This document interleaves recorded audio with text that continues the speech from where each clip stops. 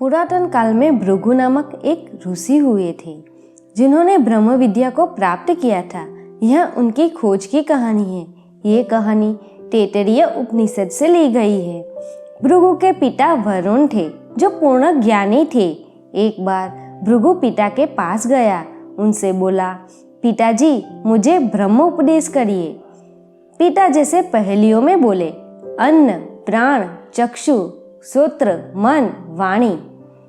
आगे वे बोले, जिससे यह सब प्राणी उत्पन्न होते हैं, जिससे उत्पन्न होकर जीते हैं, जिससे ये प्रयाण करते हैं और जिसमें प्रवेश करते हैं, उसको जानने की इच्छा कर, क्योंकि वही ब्रह्म है।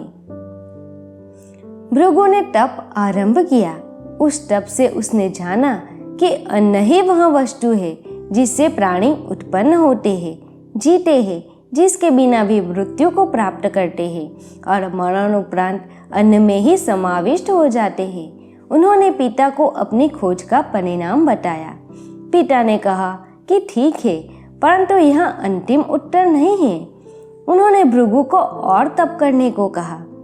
भृगु ने पुनः घोर तपस्या की और जाना कि पिता ने जो पहला विचित्र वाक्य कहा था उसी में उत्तर छुपा है, क्योंकि प्राण ही वो वस्तु है जिससे यह सब प्राणी उत्पन्न होते हैं, जिससे उत्पन्न होकर जीते हैं, जिसके निकल जाने पर इस लोक से वे प्रयाण कर देते हैं और उसी से में विलीन हो जाते हैं।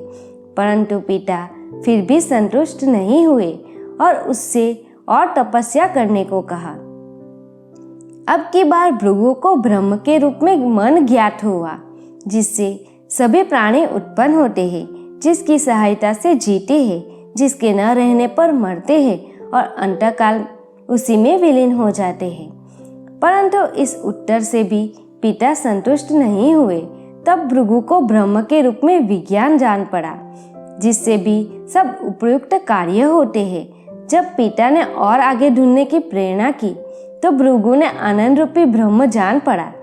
अब की बार वरुण संतुष्ट हुए। इन दोनों के तप से जानी गई यह विद्या भार्गवी वाणोनी विद्या कहलाई। भृगु की खोज के विभिन्न चरणों को देखकर संभवतः आप अब तक जान गए हो कि वह वास्तव में क्या ढूंढ रहा था और क्या पा रहा था। वस्तुतः भृगु ने ध्यान रूपी तप से शरीर के पंचकोशों का रहस्य ढूंढ निकाला।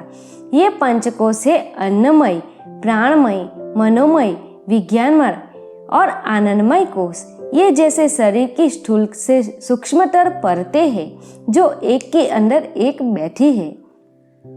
अन्नमय कोश स्थूल शरीर है जो कि पंच महाभूतों का बना हुआ है।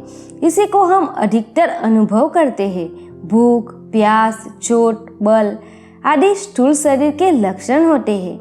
प्राणमय कोश में श्वास निश्वास ही नहीं अपितु शरीर की सभी चेष्टाएं सम्मिलित है।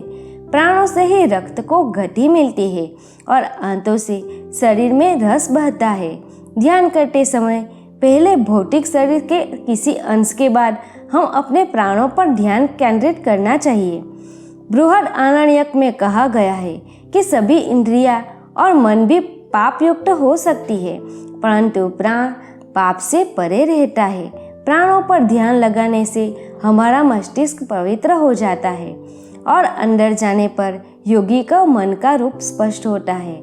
यह मन जो इंद्रियों से बाह्य विषयों का ग्रहण करता है और फिर शरीर में चेष्टा उत्पन्न करने का संकल्प विकल्प करता है।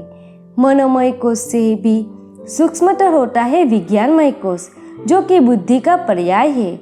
यहाँ हमारे गहन विचार स्थित होते हैं। जब हम किसी विचार में लीन होते हैं तो अपने शरीर की सुध-बुध भूल जाते हैं। हमारा शरीर शिथिल पड़ जाता है। हमें अपने आसपास की सुध भी नहीं रहती। हम किसी और ही संसार में होते हैं। वह विज्ञानमय कोश होता है। योगी भी इसमें प्रवेश करके शरीर और इंद्रियों को भूल जाता है। इस कोश के अंदर स्थित होता है आनंदमय कोश। यह वह कोश है जहाँ आत्मा अपने को देखने लगता है, परमात्मा की झलक पाने को लगता है। जैसे जैसे वह इसमें प्रवेश करता है वैसे वैसे प्रकृति का अंकुश उस पर से उठ जाता है और वह अपने स्वरूप में प्रतिष्ठित होने लगता है। इस अवस्था में जिस आनंद की अनुभूति होती है वह वर्णनातीत है, क्योंकि वर्णन में तो शारीरिक और मानसिक सुख दुख ही आते हैं। योग दर्शन में इसी स्थिति को आनंद समाधि कहा गया है, जिससे आगे अस्मिता समाधि में वह अपने में स्थित हो जाता है। यहीं पहुंचकर ब्रह्मलोक के द्वार खुलने लगते हैं और मोक्ष मार्ग प्रशस्त होता है। दोस्तों, अगर आपको मेरा वीडियो पसंद आए तो मेरी चैनल को सब्सक्राइब कीजिए, वीडियो को लाइक और शेयर कीजिए। धन्यवाद।